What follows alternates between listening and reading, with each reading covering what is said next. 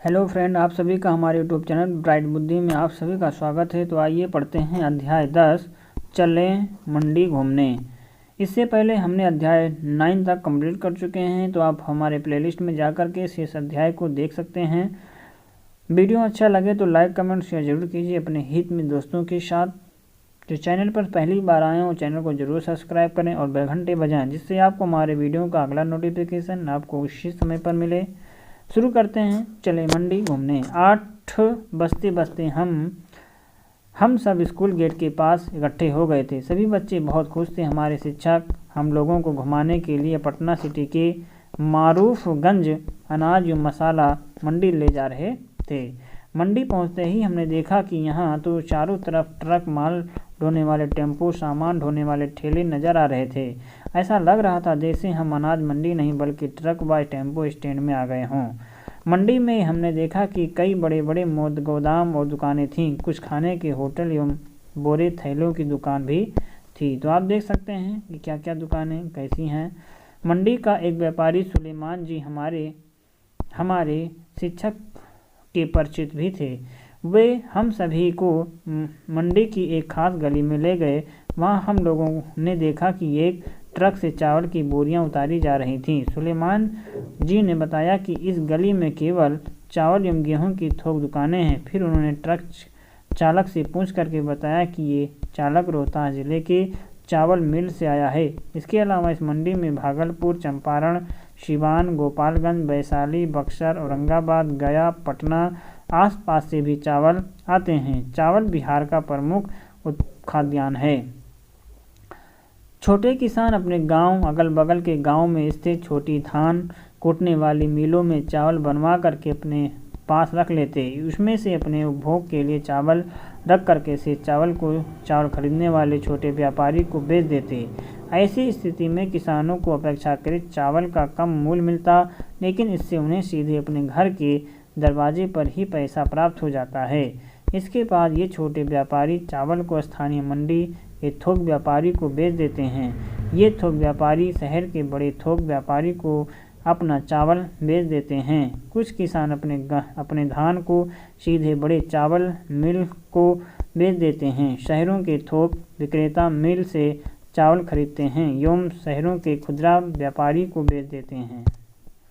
बाजार की कड़ियों को इस चार्ट में भी समझा जा सकता है, जैसे कि किसान जो हैं ये चावल और छोटे मिल में चावल में बड़े शहर के थोक विक्रेता, फिर खुदरा विक्रेता, और ये जो छोटे मिल के चावल होते हैं ये स्थानीय छोटे व्यापारी, फिर ये स्थानीय मंडी के थोक विक्रेता, फिर ये ला करके बड़े शहर के थोक विक्रेता को देते हैं। किसानों को अपनी फसल या उचित मूल्य, इसके लिए सरकार फसल के लिए एक न्यूनतम मूल्य निर्धारित करती है, जिसे न्यूनतम सामर्थ्य मूल्य कहा जाता है। न्यूनतम सामर्थ्य मूल्य का उद्देश्य किसानों के हितों का संरक्षण करना है।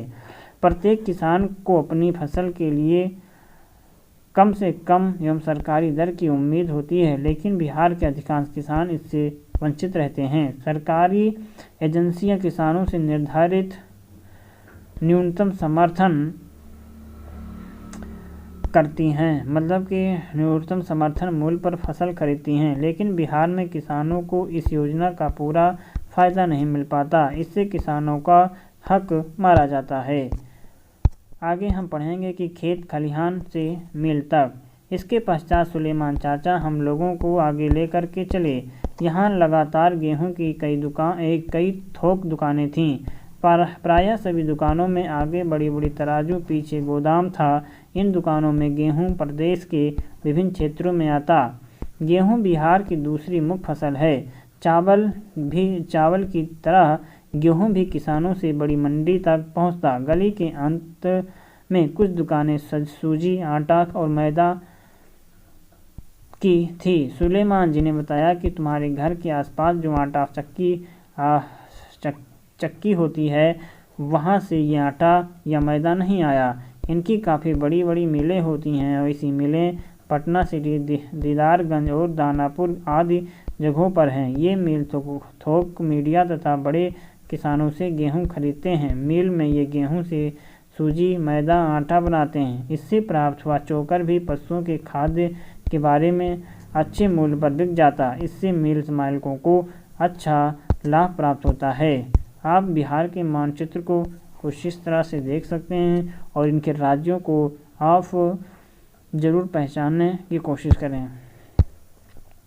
तो बिहार के दक्षिण पश्चिम क्षेत्र में स्थित रोहतास, ये बहुत ही इम्पोर्टेंट होने वाला वीडियो है यहाँ से कि बिहार में किन किन क्षेत्रों में कौन कौन सी फसलें पाई जाती हैं। तो बिहार के दक्षिण पश्चिम क्षेत्र में रोहतास, सासाराम, कैमूर, औरंगाबाद, भोजपुर, बक्सर जिले धान के कटोरे के नाम से जाने जाते हैं। तो धान के कटोरे के नाम से किसे जाना जाता है? तो बिहार के दक्षिण पश्चिम क्षेत्र में स्थित रोहतास, सासाराम, कैमूर, औरंगाबाद, भोजपुर, बक्सर जिला धान के कटोरे के नाम से जाने जाते हैं। यहाँ बिहार के कुल चावल उत्पादन के 30% से अधिक का उत्पादन होता है और काफ़ी चावल मिलें हैं। बिहार में रोहतास, चंपारण, सीवान, मुजफ्फरपुर, नालंदा, पटना, भोजपुर, सरसा, भागलपुर, मुंगेर, गया आदि जिलों में गेहूं की अच्छी खेती होती है। बिहार में पश्चिमी चंपारण, समस्तीपुर, बेगूसराय, मुजफ्फरपुर, खगड़िया, रोहतास प्रमुख सरसों उत्पादक जिले हैं। इसके बाद सुलेमान जी हम बच्चों को बाजार के दूसरे हिस्से में ले गए। कुछ ठेलों पर ढेर सारे टीन के खाली कनस्तर लदे हुए थे। सुलेमान जी ने बताया कि ये सरसों तेल के खाली डिब्बे हैं जिन्हें खुदरा व्यापारी हमारे तुम्हारे घरों से खरीद कर लाते हैं। बिहार में खाने में अधिकांशतः सरसों तेल का उपयोग या प्रयोग होता है। गांव में किसान जो प्रायः अपने उपभोग के लिए सरसों उपजाते हैं वे नज़दीकी पेराई मिल में सरसों ले जा कर के पेराई करा करके तेल एवं खली ले आते हैं तथा पेराई का मूल्य दे देते हैं। खली जानवरों के भोजन के रूप में काम आती हैं और कुछ ऐसे दुकानदार भी होते हैं जो सरसों लेकर के निश्चित अनुपात में उन्हें तेल दे देते हैं। बिहार में उत्पादन के प्रायः संपूर्ण भाग का खपत अपने प्रदेश में ही हो जाता है। शेष आवश्यकताओं की पूर्ति राजस्थान अन्य प्रदेशों से होता है। वहाँ से सरसों तेल विभिन्न प्रकार के पैकिंग के रूप में आते हैं। सुलेमान जी ने कहा 15 किलोग्राम के पैक इन्हीं कनस्तरों में आते हैं जो आप चित्र में देख रहे हैं। ये खाली कनस्तर पुनः उन्हीं तेल कारखानों या पैकिंग स्थल पर भेज देते हैं। इसके बाद सुलेमान जी ने हम लोगों को मंडी के उस हिस्से में लेकर के गए जिससे मक्का अर्थात मकई की खरीद बिक्री होती है। बिहार मक्का का उत्पादक राज्य है। बिहार में मक्का बहुत लोगों का आहार भी है। यहाँ लोग मक्के का सत्तू, आटा, दर्रा का प्रयोग खाने में करते हैं। सुलेमान जी ने बताया कि मक्का किसानों से स्थानीय छोटे व्यापारी खरीदते हैं और ये व्यापारी इसे मंडी के थोक व्यापारी को बेचते हैं। थोक व्यापारी इन्हें मिलों में बेचता है। ये मील वाले जानवरों या मुर्गियों का चारा बनाते हैं। किसान सीधे अगर मंडी में आकर के या चारा बनाने वाली मिलों को बेचते हैं तो उन्हें उनका मक्का का अधिक मूल्य मिलता। नियंत्रित मंडी में किसान खुली नीलामी के द्वारा अपने उत्पाद बेचते तो उन्हें उनकी फसल का उचित मूल्य मिलता। लेकिन बिहार में नियंत्रित मंडी का व्यवस्था नहीं है के बराबर है। इस कारण किसान अपनी फसल को स्थानीय व्यावसायिक या निजी मिलों को बेचने को बाध्य रहते हैं। किसानों की इस मजबूरी का फ़ायदा उठा करके ये व्यवसायी उन्हें फसल का उचित मूल्य नहीं देते। प्रायः ये मूल्य उन्हीं न्यूनतम समर्थन मूल्य से काफ़ी कम होता है। यदि मंडी तक सभी किसानों की पहुंच हो जाए तो उन्हें अपनी फसल का उचित मूल्य मिलने लगेगा। इससे स्थानीय व्यवसायी भी किसानों को उनकी फसल का उचित मूल्य देने को बाध्य हो जाएंगे। तो यहाँ पर हम कुछ समझेंगे जो इम्पोर्टेंस है एग्ज़ाम की दृष्टि से। ये मोस्ट इम्पॉर्टेंट है कि पूर्व बिहार और कोशी इलाके में मक्का की काफ़ी अच्छी होती है। अर्थात कब होती है? ये पूर्व बिहार और कोशी इलाके में मक्का की काफ़ी अच्छी खेती हो रही है। यहाँ से लगभग करीब 6 लाख टन मक्का प्रतिवर्ष दूसरे राज्य और देशों को भेजा जाता है। कहाँ और कैसे? कोशी इलाके से, जैसे नवगछिया, मानसी, सिमरी, बख्तियारपुर, शेमापुर और गुलाब बाग आदि जगहों से मक्का रेलवे के द्वारा पंजाब, हरियाणा, उत्तराखंड, आंध्र प्रदेश को जाता है। दिल्ली, पश्चिमी बंगाल, उत्तर प्रदेश और झारखंड में ट्रकों से मकई भेजा जाता। कोलकाता होते हुए ये मक्का बांग्लादेश को जाता है तथा विशाखापट्टनम और मुंबई के बंदरगाहों से ये मक्का पानी के जहाज से अर्जेंटीना और मलेशिया तक जाता है। इन फसलों में से फसलों के बाजार में कड़ियों का रेखाचित्र बनाएं। चलिए बागान से मंडी पढ़ते हैं। बागान से मंडी।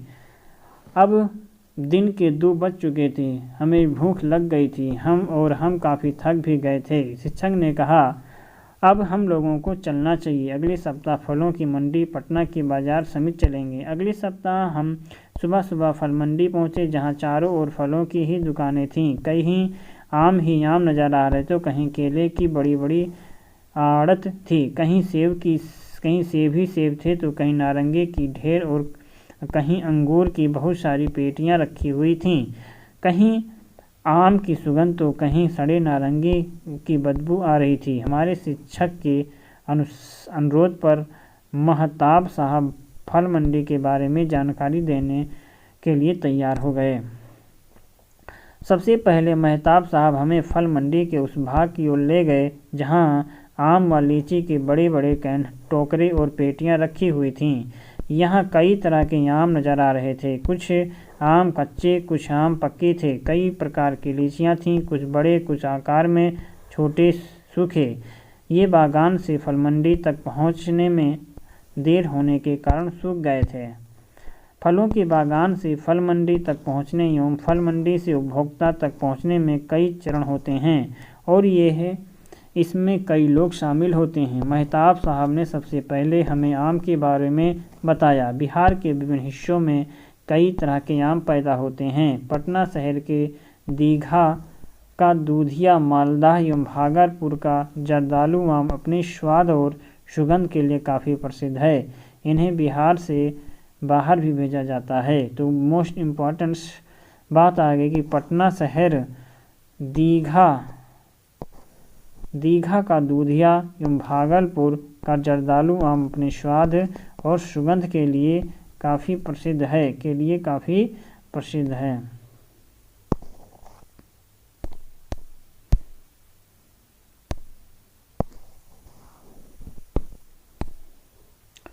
पटना शहर के कहा है कि पटना शहर के दीघा का दूधिया, मालदा एवं भागलपुर का जर्दालू आम अपने स्वाद और सुगंध के लिए काफ़ी प्रसिद्ध है।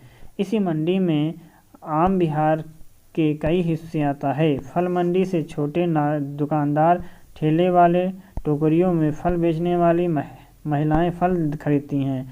इस प्रकार पटना के बाजारों और मोहल्लों में फल पहुंचता है।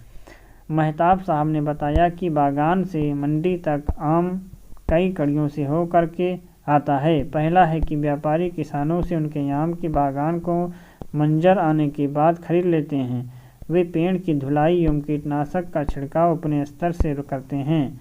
वे किसान से यह करार करते हैं कि हम उत्पादन का कुछ हिस्सा वो किसान को देंगे। फल आने के बाद वो आम तोड़ करके उसे ट्रकों से फल मंडी पहुंचाते हैं। दूसरा, व्यापारी किसानों से उनके आम के बगीचे 3 या 4 साल की अवधि के लिए भी खरीद लेते हैं एवं किसान को पैसे के अलावा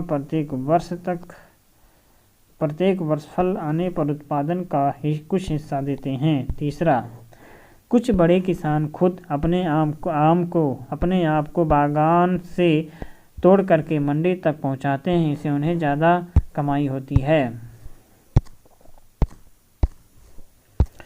आगे पढ़ेंगे कि इसके बाद महताब साहब ने आम मंडी से सटी लीची मंडी ले जाकर के हम लोगों को लीची के बारे में बताया। लीची भी इन्हीं बाजार कड़ियों से होकर के जगह जगह और देश के कोने कोने तक पहुंचती है। भारत का कुल लीची उत्पादन का लगभग 80% बिहार में होता है। यहाँ की शाही लीची काफ़ी प्रसिद्ध है। मुजफ्फरपुर के क्षेत्र में सबसे ज़्यादा लीची उत्पादन होता है। इसीलिए मुजफ्फरपुर से ट्रेन एवं ट्रक से लीची कानपुर, दिल्ली, मुंबई एवं देश के कई बड़े हिस्सों में या शहरों में व्यापारियों के माध्यम से भेजी जाती हैं। मुजफ्फरपुर में कई लीची प्रसंस्करण उद्योग है जिसमें लीची से जूस, जैम, जेली, मधु आदि बनाए जाते हैं। फलों एवं सब्जियों को ज़्यादा समय तक बचाए रखना संभव नहीं होता क्योंकि ये ज़्यादा खराब हो जाते हैं। इसीलिए इनको अधिक समय तक बचाने रखने के लिए शीत गृहों का निर्माण किया जाना चाहिए। शीत गृहों से अधिक समय तक इनका सुरक्षित भंडार किया जा सकता है। विगत वर्षों में सरकार ने इस दिशा में कई सकारात्मक कदम उठाए। बागवानी फसलें जैसे कि फलों का विकास तभी संभव है जब उनकी संस्करण या प्रसंस्करण इकाइयाँ लगाई जाएं। इनके कई उत्पाद इन इकाइयों के द्वारा तैयार किया जाए। फल प्रसंस्करण इकाइयाँ लगाने की बिहार में काफ़ी संभावना है। इस दिशा में सरकार के द्वारा काफ़ी प्रयास हुए। इसके बाद मेहताब साहब हमें फल मंडी के उस भाग में ले गए जहाँ केले के बड़े बड़े आड़त थे। यहाँ केले के छोटे बड़े पौधे नज़र आ रहे थे। फल मंडी में केला मुख्यतः वैशाली एवं आसपास के क्षेत्रों तथा नवगछिया एवं भागलपुर के क्षेत्र से आता है। पूरे राज्य का लगभग 50% केला इन्हीं क्षेत्रों में होता है। केला उत्पादक किसान प्रायः केला स्थानीय व्यापारियों को देखता है ही खेतों में ही बेच देते हैं। स्थानीय व्यापारियों से केले के थोक व्यापारी खरीद कर उन्हें ट्रकों से मंडी भेज देते हैं। अब धूप तेज होने लगी थी। कुछ बच्चे वहां ठेले पर बिक रहे गन्ने के रूप में गन्ने के रस को पीने की इच्छा व्यक्त करते हैं और रस पीते हुए मेहताब ने कहा कि इस मंडी में ईंख भी आते हैं, लेकिन गन्ना सिर्फ इन्हीं रस बेचने वाले लोगों के द्वारा खरीदा जाता है। गन्ने के द्वारा मुख्यतः चीनी और गुड़ बनाया जाता है। कई गन्ने उत्पादक किसान जिनके क्षेत्र में चीनी मिल रही है वहाँ सीधे मिल को गन्ना बेच देते हैं। इसमें उन्हें काफ़ी अच्छा मुनाफा होता है।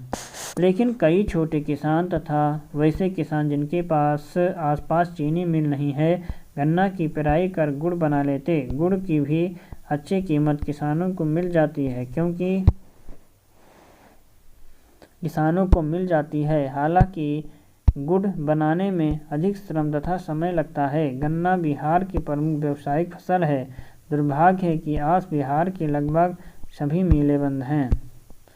जूट जो होता है इम्पॉर्टेंस है, इसको नोट भी कर सकते हैं कि जो जूट है बिहार के प्रमुख फसल है। पूर्णिया, किशनगंज, कटिहार जिले में इसका उत्पादन होता है। पूर्णिया के गुलाब बाग में जूट की बहुत बड़ी मंडी है जिसमें उनका उपयोग मुख्यतः पैकेजिंग, फार्निशिंग, वस्त्र उत्पादन आदि में होता है। पर्यावरण संरक्षण कारकों से जूट और जिससे निर्मित वस्तुओं की मांग एवं बाजार निरंतर बढ़ रही है। बिहार में जूट आधारित उद्योग लगाने की काफ़ी संभावनाएं हैं। इससे किसानों को काफ़ी फायदा होता है। बाजार की कड़ियों को समझते हुए हमने देखा कि किसान की फसल मंडी या मिल तक पहुंचती है। कुछ किसानों का फसल का उचित भाव मिल पाता है परंतु बहुत छोटे किसान इससे वंचित रह जाते। इस स्थिति में परिवर्तन के कई सुझाव भी सामने आए। हमने ये भी समझा कि थोक बाजार या मंडी के कारण फसल एक जगह पहुंचाती है और फिर धीरे धीरे या दूर दूर के उपभोक्ता तथा अन्य व्यापारियों के द्वारा पहुंचाया जाता। इन कड़ियों को समझते हुए संभावनाओं के कायदे निशान पर विचार किया जाता है। उदाहरण के लिए शीत गृहों का होना, उद्योग लगना, फसलों में बदलाव लाना आदि असमानताओं को कम करने के लिए ये जरूरी है कि मंडी व्यवस्था बेहतर बने और इसका लाभ छोटे और मध्यम किसानों तक पहुँचे। इसी के साथ ही हमारा अध्याय भी समाप्त होता है। तो वहाँ पर आप कुछ विकल्प हैं तो आप इसे मिला भी सकते हैं। जो दूधिया मालदा होता है ये क्या है? दरभंगा, दीघा, मुजफ्फरपुर। जर्दालू आम कहाँ पर पाए जाते हैं? तो ये आप कमेंट बॉक्स में कमेंट जगह ज़रूर बताएं, नहीं तो वीडियो बहुत लंबी हो जाएगी। तो हम मिलेंगे किसी एक नए वीडियो में। तब तक आप पढ़ते रहें, मस्त रहें। नमस्कार।